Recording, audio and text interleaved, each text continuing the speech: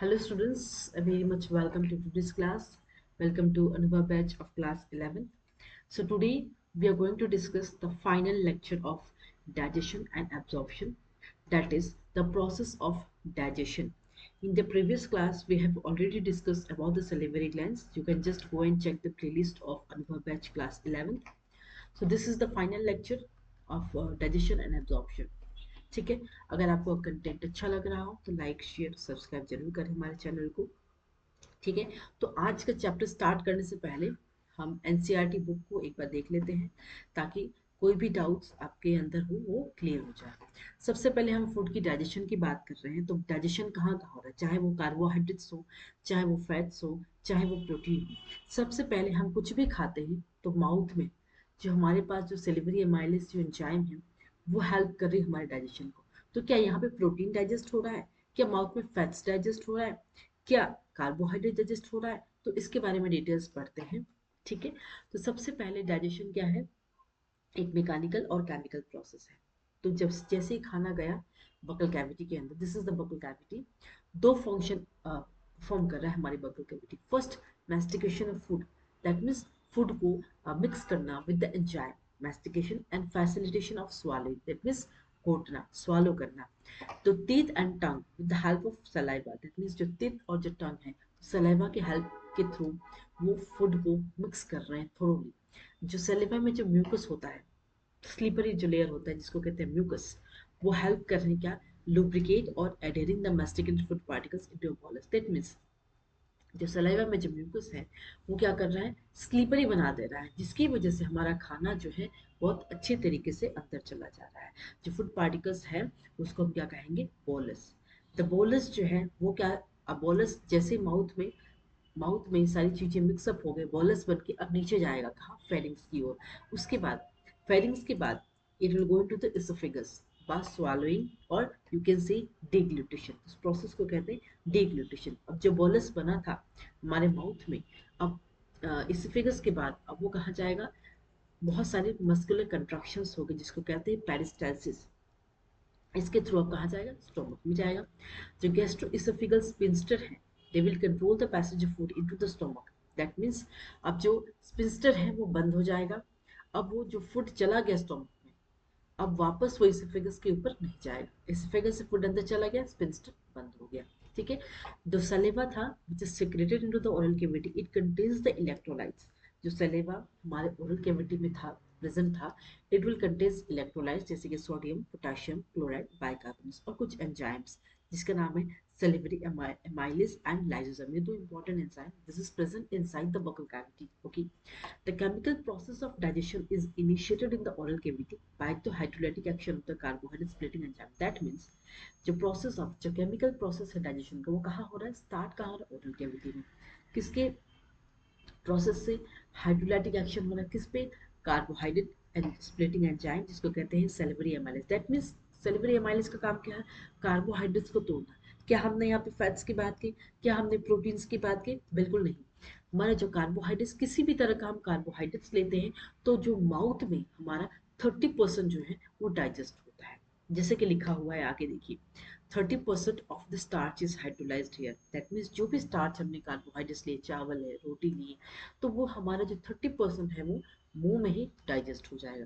ठीक है। With the pH is nothing but 6.8 and when that starch will gets, क्योंकि देखिए जो भी हम खा रहे हैं that is the complex sugar, okay, carbohydrates. अब इसको हम स्मॉलर फॉर्म्स ग्लूकोज में तोड़ेंगे, तो तोड़ देंगे तो इसके लिए सबसे पहले स्टार्च किस में टूटेगा, मैल्टोज में, और ये कहाँ हो रहा है, इनसाइड द बकल कैविटी। ठीक है। जो लाइसोजाइम प्रेजेंट है सलाइवा में, ये क्या करेंगे, एंटीबैक्टीरियल एजेंट है। दैट मीन्स लाइसोजाइम का काम क्या है कि किसी भी तरह का इन्फेक्शन अगर हुआ, हम खाना खा रहे हैं, अगर लाइसोजाइम प्रेजेंट नहीं है तो खाना के साथ बहुत सारी यानी अनवांटेड चीजें भी हमारी बॉडी में जा रही है। तो लाइसोजाइम क्या कर रहा है, वो जो सेलेवा में प्रेजेंट है वो एंटीबैक्टीरियल एजेंट है, जो इन्फेक्शन होने से, हमारे मुंह में जो इन्फेक्शन होगा उससे होने से बचाएगा। तो लाइसोजाइम का फंक्शन सबको याद रखना है। नेक्स्ट हम देखें तो starch will gets convert into maltose with the help of enzyme salivary amylase, pH is 6.8। अब जो म्यूकोसा ऑफ स्टोमक, अब स्टोमक में जो म्यूकोसल लेयर है वो, जैसे कि मैंने ऑलरेडी पिछले क्लास में पढ़ाया था, म्यूकोसल लेयर कहाँ है, it's the inner most layer of the stomach. जो प्रोटेक्ट कर रहा है हमारे स्टोमक को। इनके पास क्या है, they has gastric glands. That means gastric glands के पास 3 टाइप्स ऑफ सेल्स है। पहला क्या है, म्यूकस नेक सेल, जो क्या कर रहे हैं, पहला सेल जो है म्यूकस नेक सेल वो सिक्रेट कर रहे हैं म्यूकस। दूसरा पैप्टिक और चिप सेल्स जो सिक्रेट कर रहे हैं पैप्सिनोजन। और ऑक्जेंटिक सेल्स जो क्या कर रहे हैं एचसीएल और इंट्रिंसिक फैक्टर को सिक्रेट कर रहे हैं। इंट्रिंसिक फैक्टर क्या है, जो factor essential for absorption of vitamin B12, a very important vitamin, जिसके डेफिशिएंसी से क्या हो सकता है, पर्निशियस एनीमिया हो सकता है। ये आपको याद रखना है। Okay, the stomach stores the food. Stomach हमारा क्या, जब फूड गया स्टोमक में 4 से 5 घंटे के लिए स्टोमक स्टोर कर रहा है फूड को, उसके बाद डाइजेशन की प्रोसेस स्टार्ट हो रही है, right. That means the food will mix thoroughly with the gas acidic gastric juice. जो फूड था जो पहुंचा स्टोमक में, अब वो एसिडिक, हमको आपको पता है हमारी जो पीएच है स्टोमक की वो क्या है, एसिडिक है। अब वो जो एसिडिक पीएच है वो क्या करेगी, हमारे फूड को मिक्स करेगी with the acidic gastric juice of the stomach by churning movement. जब भी आप खाना खाते हैं तो आप सुनिएगा, थोड़ी देर बाद अगर ध्यान से सुनेंगे तो आवाज साउंड होता है, राइट। जैसे मशीनें साउंड करती है उतनी जोर से तो नहीं साउंड होगी, लेकिन थोड़ा बहुत साउंड आपको सुनने को मिलेगा। That means churning movement, muscular जो वॉल है वहां पे मूवमेंट्स होंगे, बहुत सारे खाना गए अंदर, अब खाना जो है छोटे छोटे पार्टिकल्स छोटे छोटे पार्ट में टूटेगा, right. That is known as chyme. Okay, muscular wall का जो चर्निंग मूवमेंट है is called, that is called the chyme, क्योंकि अब फूड जो है वो छोटे छोटे पार्टिकल्स में टूट रहा है, ठीक है। द प्रो एंजाइम, कौन सा एंजाइम है, that is pepsinogen. On exposure to hydrochloric acid gets converted into the active enzyme pepsin. That means हमारे स्टोमक के जो वाल पे म्यूकोजा लेयर में क्या है, HCl है, ठीक है। वो हमारे म्यूकोजा लेयर को प्रोटेक्ट कर रहा है। किसी तरह का इन्फेक्शन अगर किसी तरह का बैक्टीरिया आ रहा है तो एंटीबैक्टीरियल एजेंट की तरफ से भी HCl काम कर रहा है। तो दैट मीन्स जो पैप्सिनोजन एंजाइम ऑलरेडी प्रेजेंट है, जब ये हाइड्रोक्लोरिक एसिड के साथ एक्सपोजर होगा, then it will get converted with the active enzyme that is nothing but the pepsin, the proteolytic enzyme of the stomach. तो पैप्सिनोजन कन्वर्ट्स कर रहा है किसमें, pepsin, with the help of hydrochloric acid. That means जो mucus और जो bicarbonates है जो गैस्ट्रिक जूस में प्रेजेंट है, they will play a very important role in lubrication and protection of the mucosal epithelium from exhaustion by the highly concentrated hydrochloric acid. That means जो mucus और जो bicarbonates gastric juice में present होते हैं उनका बहुत important काम होता है क्या, लुब्रिकेट करना। और लुब्रिकेशन एंड प्रोटेक्शन, जो म्यूकोसल इपिथेलियम है उसका प्रोटेक्शन भी तो जरूरत है। क्यों, by from association by the highly concentrated, क्योंकि हाइड्रोक्लोरिक एसिड का कंसंट्रेशन बहुत ज्यादा होगा।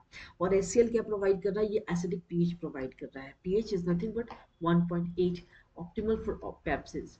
रेनिन, जो रेनिन है जो छोटे छोटे बच्चे जो मिल्क पीते हैं, is a proteolytic enzyme that is found in the gastric juice of infants, especially छोटे बच्चे, ताकि उनके पास ये एंजाइम प्रेजेंट होता है रेनिन, जिसकी वजह से वो जो मिल्क इतना पीते हैं वो डाइजेस्ट कर पाते हैं, राइट। तो rennin is a proteolytic enzyme जो कि गैस्ट्रिक जूस में पाया जाता है of infants, that will help in the digestion of milk proteins. Small amount of lipases are also secreted by gastric glands, अगर थोड़े अमाउंट ऑफ लाइपेजेस भी हैं तो वो गैस्ट्रिक ग्लैंड से सेक्रेट होते हैं, ठीक है। वेरियस टाइप्स ऑफ, ये सारी चीजें अभी हम किसके लिए पढ़ रहे हैं, कार्बोहाइड्रेट्स के पढ़ रहे हैं, ठीक है। Various types of movements are generated by the muscular layer of the small intestine. अब हम बात करेंगे कार्बोहाइड्रेट्स का। और स्मॉल इंटेस्टाइन की तरह स्टोमक का काम हो गया, स्टोमक में क्या क्या चीजें हुई, गैस्ट्रिक जूसेस हुई, पेप्सिनोजन से पेप्सिन कन्वर्ट हुआ। अब हम बात करेंगे स्मॉल इंटेस्टाइन की ओर।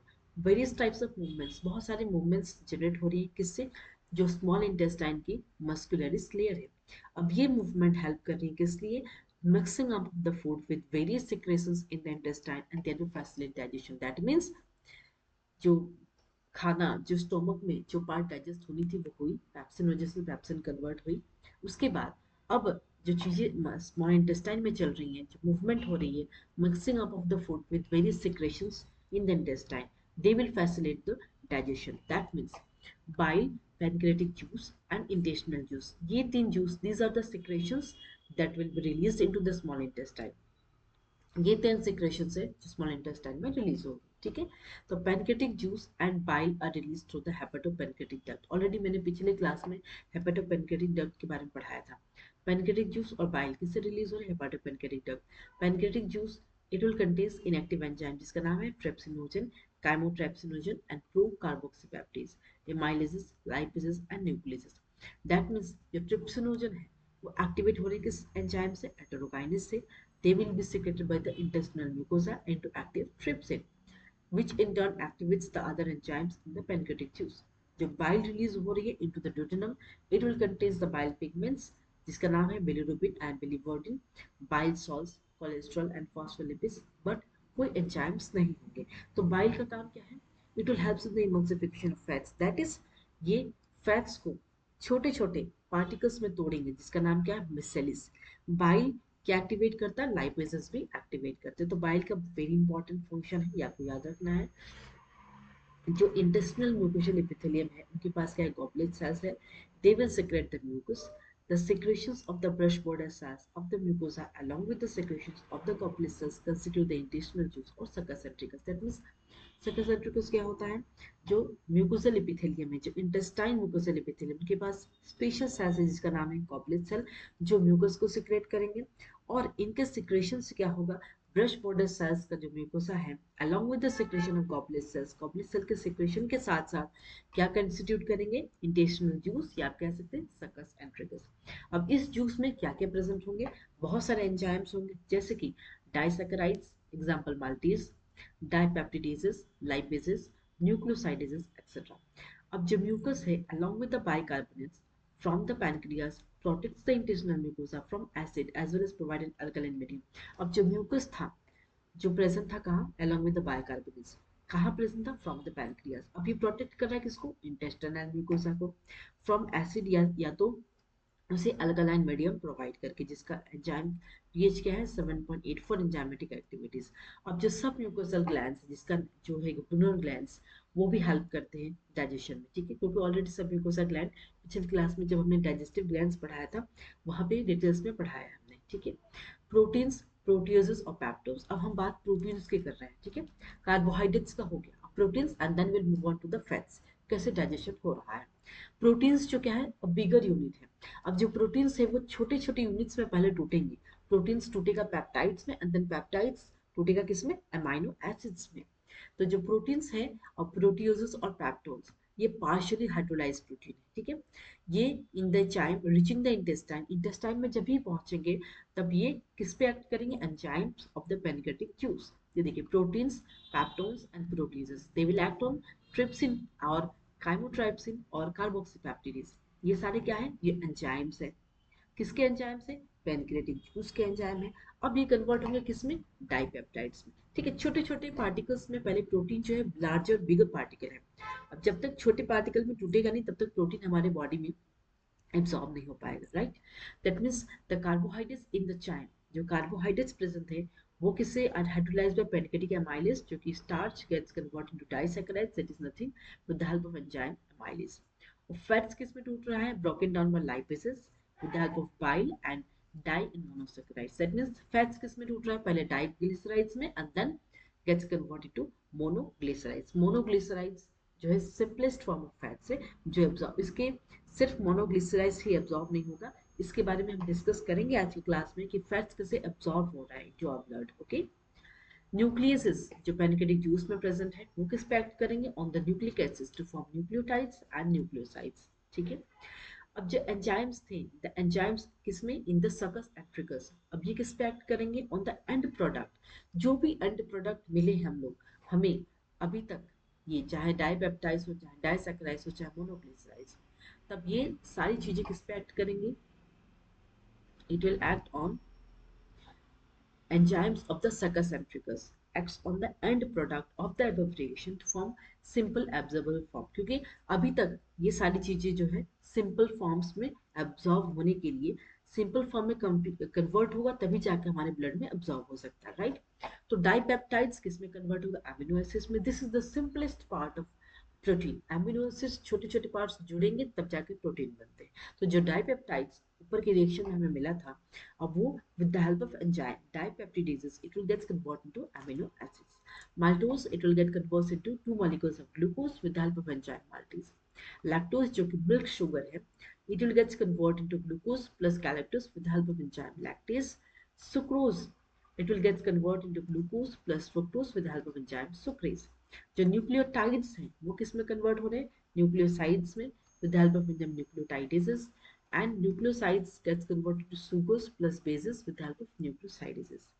और डाई एंड मोनोग्लिसराइड्स किस पे कन्वर्ट हो रहे हैं, fatty acids and glycerol, that means with the help of enzyme lipases. अब द ब्रेक डाउन ऑफ बायोमैक्रोमोलिक्यूल्स जो ऑलरेडी मेंशन है ऊपर, इट ऑकर्स कहाँ हो रहा है ये सारी चीजें, ये सारे रिएक्शंस हमने कहाँ पढ़े, small intestine, duodenum region of the small intestine. Very specific अगर हम जाए तो ड्यूडेनम रीजन में ये सारी चीजें हो रही है. That means the simple substances thus formed are absorbed in the jejunum and ileum regions of the small intestine. जो भी सिंपलेस्ट फॉर्म हमें अभी तक मिला, चाहे वो अमीनो एसिड्स हुआ, चाहे वो 2 मॉलिक्यूल्स ऑफ ग्लूकोज हुआ, चाहे वो ग्लूकोज एंड गैलेक्टोज हुआ, ये सारी चीजें कहाँ एब्जॉर्ब हो रही हैं, वो सारे रिएक्शन जो कन्वर्शन सिंपलेस्ट फॉर्म कहाँ बन रहा है, स्मॉल इंटेस्टाइन ड्यूडेनम रीजन में.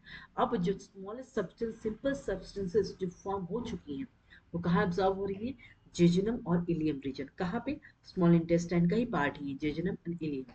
अब जो अनडाइजेस्टेड पार्ट है जो स्मॉल इंटेस्टाइन में डाइजेस्ट नहीं हो पाया, अब वो कहाँ जाएगा, लार्ज इंटेस्टाइन में जाएगा. Very much clear. जो चीजें डाइजेस्ट होनी थी स्मॉल इंटेस्टाइन में वो हो गई है, राइट. जिसे एब्जॉर्ब करना था जेजनम और इलियम ने एब्जॉर्ब कर लिया, राइट. अब जो अनडाइजेस्टेड, जो चीजें डाइजेस्ट नहीं कर पाया स्मॉल इंटेस्टाइन के बस की बात नहीं है, अब वो कहाँ पहुंचा दिया उसे, लार्ज इंटेस्टाइन में.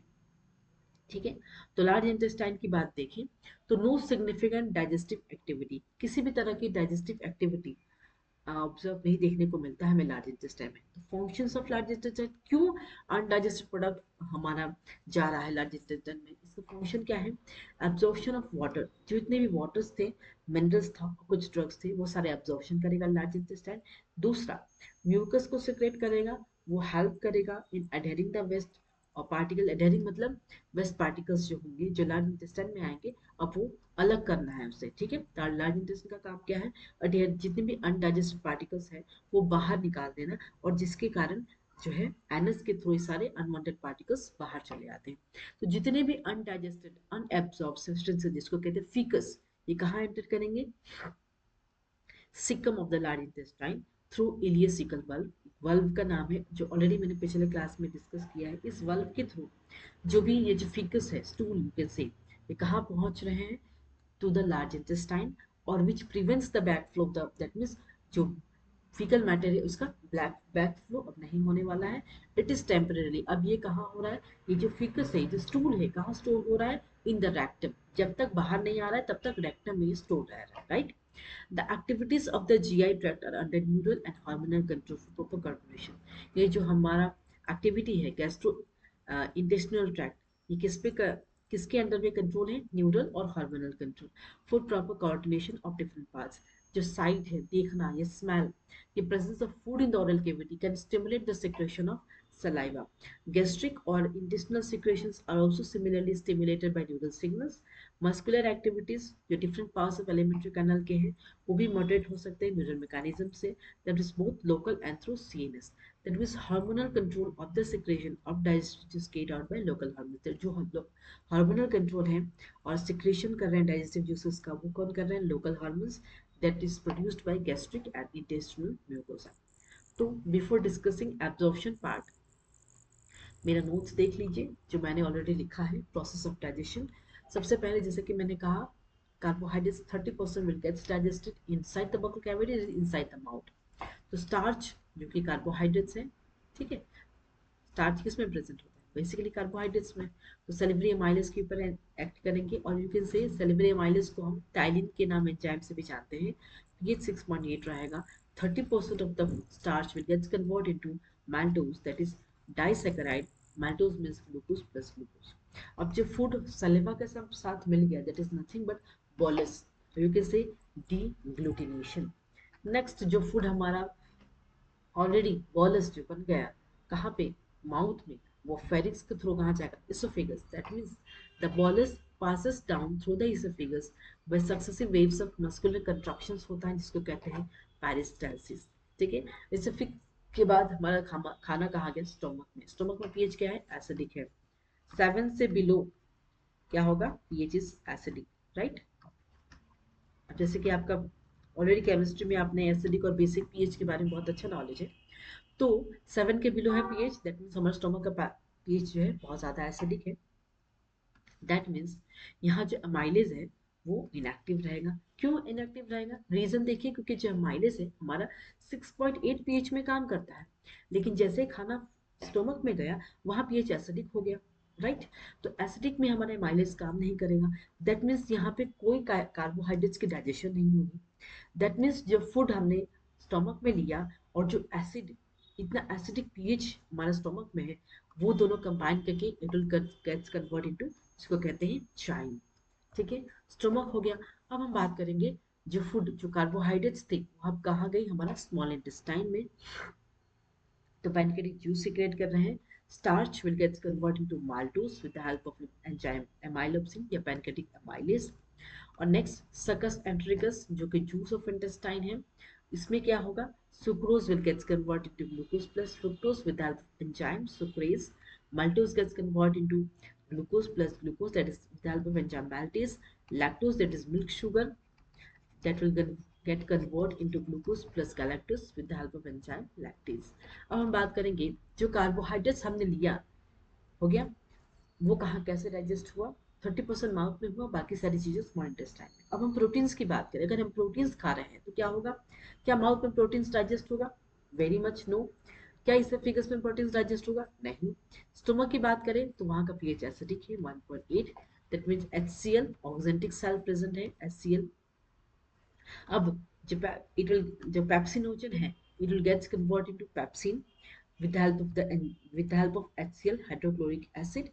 और पेप्सिन क्या है? एंडोपेप्टिडेज है, that means it will cut inside, exo मतलब cut at the extreme end. अब क्या होगा?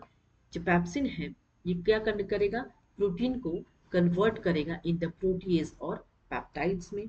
ठीक है, प्रोटीन की चेन कैसे होती है? N C. अब प्रोटीन, पेप्सिन किसको कन्वर्ट करेगा? प्रोटीन टू प्रोटीएज और पेप्टाइड्स। उसके बाद क्या होगा? अगर हम छोटे बच्चों की बात करें तो उनके पास क्या प्रेजेंट है? Rennin, this is the very important enzyme that is present in the small kids, infants, जो हेल्प कर रहे हैं क्या? मिल्क को डाइजेस्ट करने में, राइट। That means casein, its act upon the enzyme renin gets converted into paracasein plus calcium 2 plus with help, and paracasein will get converted into calcium paracesis जिसको कहते हैं कार्ड। ठीक है, अब उसके बाद अब ये प्रोटीन कहाँ गया? स्मॉल इंटेस्टाइन में, जिसका पेरिकेटिक जूस का पीएच क्या है? 7.8 पीएच। तो प्रोटीन किस में टूटेगा?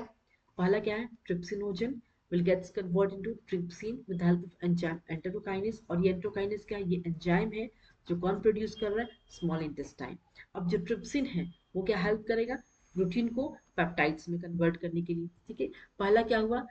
पहला कन्वर्ट किया पेप्सिनोजन ने, पेप्सिन कन्वर्ट हुआ, pepsin gets will help in the conversion of protein to protease and peptide। और यहाँ पर भी सिमिलर केस हो रहा है, ट्रिप्सिन हेल्प कर रहा है प्रोटीन को पेप्टाइड्स में, क्योंकि हमें क्या करना है? प्रोटीन को स्मॉलर यूनिट्स में तोड़ना है, जब तक टूटेगा नहीं तब तक एब्जॉर्ब नहीं होगा हमारे ब्लड में, right. That means chymotrypsinogen will gets converted to chymotrypsin with the help of enzyme trypsin। और ये भी क्या है? एंडोपेप्टिडेजेस है, that means it will gets converted to, जैसे कि पेप्टाइड्स हुआ, और पेप्टाइड से हमें क्या? डाइपेप्टाइड्स, डाइपेप्टाइड से पेप्टाइड हुआ, पेप्टाइड के बाद स्मॉल पेप्टाइड्स, छोटे छोटे पेप्टाइड्स में टूटेंगे। उसके बाद नेक्स्ट अगर हम बात करें, सकस एंट्रिकस के पीएच क्या है? 7.3 to 7.4, दैट मीन्स जो पेप्टाइड्स हमें स्मॉल पेप्टाइड्स मिले, अब ये पेप्टाइड्स किस में कन्वर्ट होंगे? Amino acid. That means amino acid is the simplest form of protein, जो कि सिंपलेस्ट छोटे छोटे फॉर्म। सबसे पहले प्रोटीन डाइपेप्टाइड्स में टूटा, then peptides, smaller peptides, and then it gets converted to amino acid. अब ये रेडी है हमारे ब्लड में एब्सॉर्ब होने के लिए, right. That means peptides with the help of enzyme aminopeptidases या exopeptidases, it gets converted to amino acids। Next again peptides with the help of dipeptidases enzyme, it gets converted to amino acid। ये सारे reactions कहाँ हो रहे हैं? ये सारे हमारे स्मॉल इंटेस्टाइन में हो रहे हैं। कन्वर्ट हो गया पेप्टाइड्स, ओके। अब प्रोटीन हो गया। अब हम बात करेंगे फैट्स का डाइजेशन। फैट्स के डाइजेशन के लिए देखिए, फैट्स किससे बने? Fatty acids, 3 molecules of that is triglycerides, 1 glycerol and 3 fatty acids, जिसको कहते हैं डाइग्लिसराइड। तो फैटी एसिड्स किस पे? Triglycerides, it acts upon the bile salts. तो आपको पता है ट्राइग्लिसराइड्स की जो स्ट्रक्चर है वो मैं बता रही हूँ, फैट सॉल्युबल है, दैट मीन्स नॉन पोलर है, और ये जो बाहर वाटर, जो पोलर पार्ट है दैट इज वाटर सॉल्युबल। अब it will acts on the enzyme steps in that is lipase के ऊपर, एंड दिस ट्राइग्लिसराइड्स को हम पहले कन्वर्ट करेंगे किसमें, डाइग्लिसराइड्स में, okay, and one molecule of fatty acid, and this diglycerides will act upon the enzyme steps in again, and this will get converted into monoglycerides, that means ऐसे जैसे कि अगर आप ऑयल को पानी में अगर ऑयल डाल रहे हो तो छोटे छोटे ड्रॉपलेट्स की तरह दिखेंगे ना, इसको कहते हैं मिसेलिस, छोटे छोटे ड्रॉपलेट्स की तरह दिखेंगे फैट्स, ठीक है। तो दैट मीन्स ट्राइग्लिसराइड से मोनोग्लिसराइड्स में कन्वर्ट करना, तब जाके फैट्स एब्जॉर्ब होगा इनसाइड आवर ब्लड। लेकिन एब्जॉर्प्शन ऑफ फैट्स में कुछ स्टोरी है जो मैं आपको बताने वाली हूँ, ठीक है। इसके बाद हम पढ़ेंगे फैट्स का एब्जॉर्प्शन, ठीक है। तो बिफोर एब्जॉर्प्शन पढ़ने से पहले हम एनसीईआरटी को देखेंगे।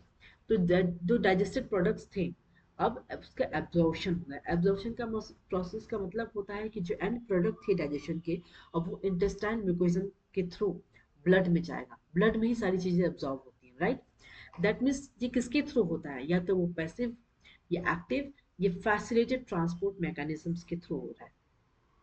जो स्मॉल अमाउंट ऑफ मोनोसैकेराइड्स थे जैसे कि ग्लूकोज, अमीनो एसिड्स जो कि प्रोटीन्स का स्मॉलर यूनिट था, कार्बोहाइड्रेट्स का स्मॉलर यूनिट ग्लूकोज था, और कुछ इलेक्ट्रोलाइट्स थे जैसे कि क्लोराइड आयंस, वो कैसे हो रहे हैं, जनरली एब्सॉर्ब कैसे हो रहे हैं, simple diffusion. The passage of these substances into the blood depends upon the concentration gradient. That means जो substance हमारे blood में आना है वो किस पे डिपेंड कर रहा है, concentration gradient के ऊपर। कुछ ऐसे substance है जैसे कि ग्लूकोज है, अमीनो एसिड्स है, ये सारे absorb हो रहे हैं with the help of carrier proteins. This mechanism is called the facilitated transport. Transport of water depends upon the osmotic gradient. That means जो transport of water है, जो हमारे बॉडी में, हमारे ब्लड में एब्जॉर्ब होंगे, वो किस पर डिपेंड कर रहे हैं, osmotic gradient. That means osmotic gradient का बात आने की वजह से आपका ये टर्मिनोलॉजी आ जाएगा, that is nothing but active transport. Active transport का मतलब हो रहा है it will occurs against the concentration gradient, और hence it will requires energy, जिसके कारण बहुत सारे न्यूट्रिएंट्स हैं लाइक अमीनो एसिड्स, मोनोसैकेराइड्स जैसे कि glucose, electrolytes like sodium ions are absorbed into the blood by this mechanism. That means ये सारी चीजें जो अमीनो एसिड्स हो गए, चाहे ग्लूकोज हो गया, चाहे इलेक्ट्रोलाइट्स, ये सारी चीजें जो हमारे ब्लड में एब्जॉर्ब हो रही है किसके थ्रू हो रही है, active transport, because it is against the concentration gradient, that means it will requires energy to gets transported into our blood. Fatty acids और ग्लिसरॉल जो कि इनसॉल्युबल है, तो ये एब्जॉर्ब नहीं हो सकते इनटू द ब्लड, डायरेक्टली ये एब्जॉर्ब नहीं होते। तो क्या किया जाता है अभी फैट्स को, पहले हमें इनको स्मॉल ड्रॉपलेट्स में कन्वर्ट किया जाता है। They are first incorporated into small droplets जिसको कहते हैं मिसेलिस, जो अभी मैंने बताया, विच मूव इनटू द, पहले ये इंटेस्टिनल म्यूकोजा में जाएंगे। They are reform into very small protein, छोटे छोटे protein molecules coated fat globules जिसको कहते हैं काइले माइक्रोन्स में ट्रांस बनेंगे, and then these are transported into the lymph vessels in the villi. That means जो प्रोटीन पहले स्मॉल ड्रॉपलेट्स में बने जिसको मोनोग्लिसराइड्स कहते हैं, वो कहाँ जाएंगे, पहले इंटेस्टिनल म्यूकोजा में जाएंगे, वहां पे रिफॉर्म होंगे into very small protein coated, protein coat होगा किससे, फैट के ग्लोब्यूल से जिसको कहते हैं काइलो माइक्रोन्स। उसके बाद they will transported into lymph vessels, that means in the villi. अब ये जो लिम्फ वेसल्स हैं, they will ultimately release the absorbed substances into the bloodstream. अब जो lymph vessels हैं वो इजीली जो है जितने भी सब्सटेंस एब्जॉर्ब हुए थे फैट के, वो ब्लड स्ट्रीम में छोड़ सकते हैं, right. That means absorption of substances takes place in different parts of the alimentary canal, जैसे कि कहाँ कहाँ हो रहा है एब्जॉर्प्शन, माउथ में हो रहा है, स्टोमक में हो रहा है, small intestine and large intestine. बहुत ज़्यादा एब्जॉर्प्शन हमने पढ़ा जिसमें कहाँ हो रहा है, स्मॉल इंटेस्टाइन में। इस समरी ऑफ एब्जॉर्प्शन आप देख सकते हैं। सबसे पहले अगर हम देखें कि माउथ में क्या क्या डाइजेस्ट हो रहा है, कुछ drugs that are coming in contact with the mucosa of mouth and the lower side of the tongue are absorb into the blood capillaries lining them. दूसरा स्टोमक की बात करें तो वहाँ क्या एब्जॉर्प्शन हो रहा है, वाटर हो रहा है, simple sugar, alcohol etcetera takes place. Small intestine की बात करें तो ये प्रिंसिपल ऑर्गन है फॉर एब्जॉर्प्शन ऑफ न्यूट्रिएंट्स। पहला है डाइजेशन इज कंप्लीटेड, यहीं पे डाइजेशन कंप्लीट हो रहा है, और जो फाइनल प्रोडक्ट हो रहा है डाइजेशन की जैसे कि glucose, fructose, fatty acids, glycerol, amino acids, ये सब एब्जॉर्ब हो रहे हैं through the mucosa into the blood stream and lymph. और लार्ज इंटेस्टाइन की बात करें तो यहाँ पे एब्जॉर्प्शन ऑफ वाटर हो रहा है, कुछ minerals and drugs takes place. That means जो एब्जॉर्ब सब्सटेंसेस हैं वो फाइनली कहाँ रीच कर रहे हैं, tissues which utilize them for their activities, this process is called assimilation. जितने भी सब्सटेंस एब्जॉर्ब है हमारे टिश्यू से, फाइनली वो कहाँ पहुंच रहे हैं, टिश्यूज में, and which they will utilize for their activities, and this process is nothing but assimilation. जितने भी डाइजेस्टिव वेस्टेज थे वो सॉलिडिफाई हो गए हैं इनटू कोहेरेंट फेकस। दैट मींस वो फेकस जो स्टूल है वो कहाँ जाकर स्टोर हो रहा है, रेक्टम में स्टोर हो रहा है, and they will initiate a neutral reflex causing an अर्ज और डिजायर फॉर रिमूवल। जब हमें वो प्रेशर आएगा तभी तो इंसान रिलीज करेगा, right? That means it will cause an अर्ज or desire for its removal. The ejection of fecus to the outside through the anal opening is a voluntary process and is carried out by mass peristaltic movement. That means जो ejection हो रहा है fecal particle का, that means stool का, to the outside किससे हो रहा है? Through the anal opening, and it's a voluntary process and it is carried out by mass peristaltic movement. ठीक है, तो जैसे कि मैंने लिखा है यहाँ एब्जॉर्प्शन ऑफ फैट्स। ओके, तो सबसे पहले जो फैट्स है वो किस में कन्वर्ट हुए? मिसेलिस में। ठीक है, छोटे छोटे ड्रॉपलेट्स की तरह। अब ये ड्रॉपलेट्स कैसे होगा? एब्जॉर्प्शन होगा, और you can say diffusion. Diffusion के थ्रू ये कहा जा रहा है cells of small intestine, that is nothing but enterocyte. ठीक है, एमजी गया और एंडोप्लाज्मिक रेटिकुलम में पहले गया, then this monoglycerides gets converted to triglycerides and then it gets to transport into Golgi. अब ये triglycerides का exocytosis हुआ and then ये कहाँ पहुंचा? हमारा lymph में पहुंचा, and क्या है?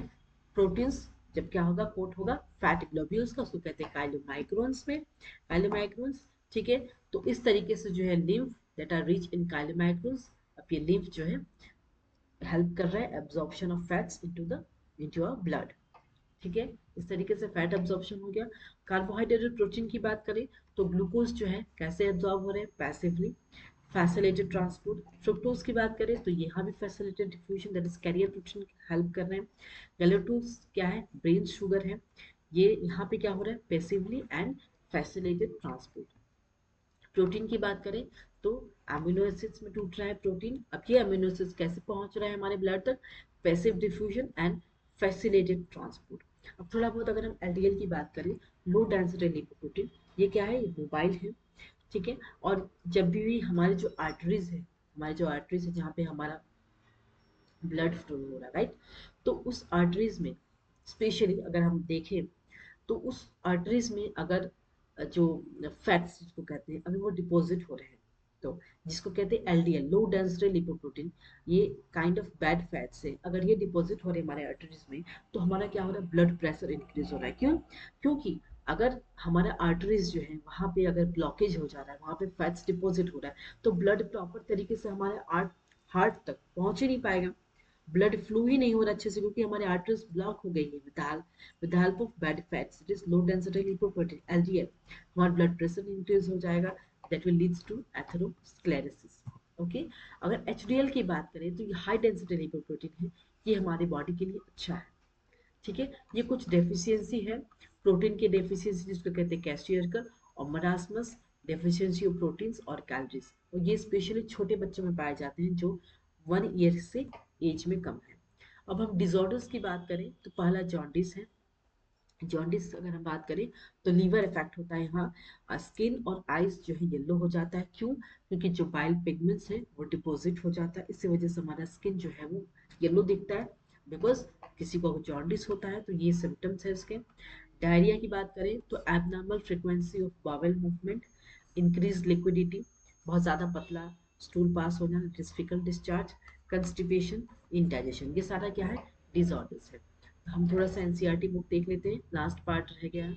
ओके, तो डिसऑर्डर्स ऑलरेडी डिस्कस किया हमने। वोमिटिंग भी है। वोमिटिंग क्या है? Injection of the stomach contents, अगर किसी को स्टोमक में इंफेक्शन है तो वो इंसान खाना नहीं डाइजेस्ट कर पाएगा, वो मुंह के थ्रू बाहर निकाल देगा। This reflex action is controlled by vomit centre, जो कहाँ है? मेडुला में प्रेजेंट है, दैट इज ब्रेन। और फीलिंग ऑफ नाउजिया प्रोसेस, हमेशा वोमिटिंग वोमिटिंग आना, that means that will proceeds vomiting.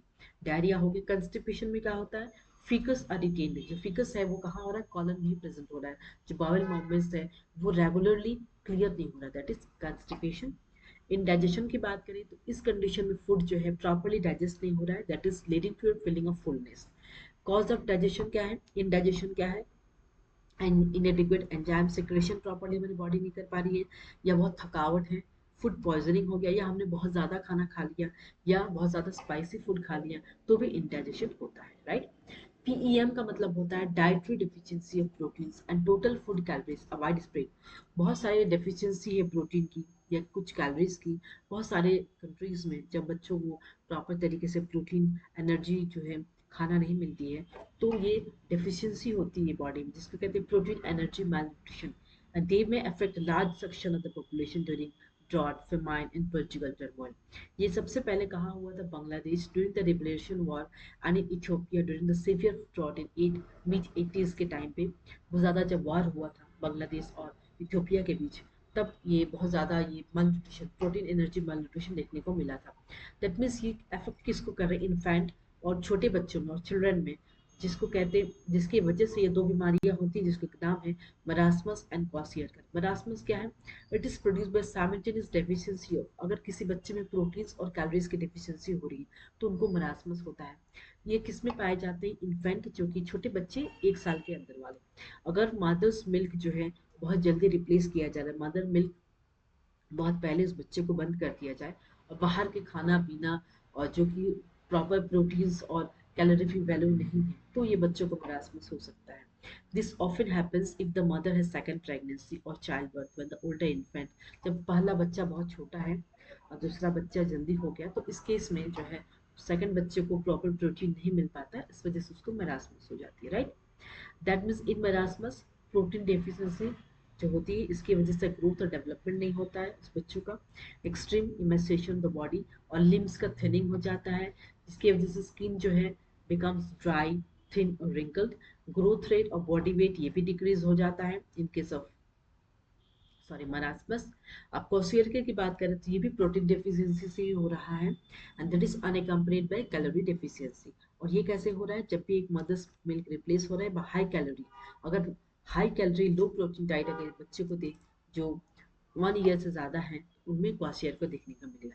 Like marasmus, क्वाशियरकर भी वेस्टिंग ऑफ मसल्स, लिम्स की थिनिंग, ग्रोथ की फेलियर और ब्रेन डेवलपमेंट की फेलियर देखने को मिलते हैं। But unlike marasmus, some fat is still left under the skin. Moreover, extensive edema or swelling of body parts, कुछ कुछ बॉडी के swelling, कुछ कुछ बॉडी के swelling parts भी देखने को मिलते हैं in case of kwashiorkor।